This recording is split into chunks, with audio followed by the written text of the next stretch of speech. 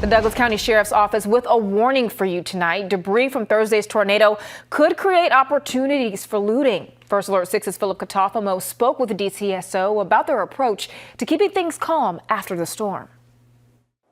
As cleanup from Thursday's tornado goes into its second day, the Douglas County Sheriff's Office are out in full force to combat potential looting.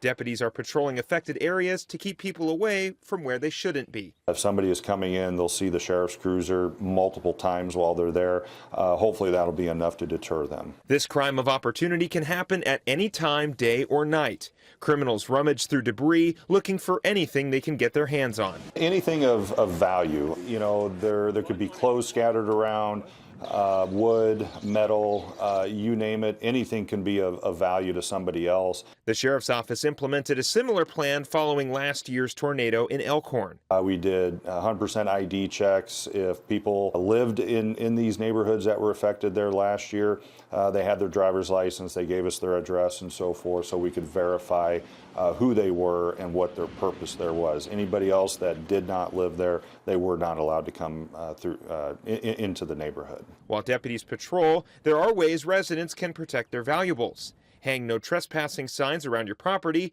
and bring valuable items with you if you have to relocate. And take note of unfamiliar cars or large trucks parked around the neighborhood. When you call 911, just tell them it's a non-emergency. There's a car here that I just don't recognize.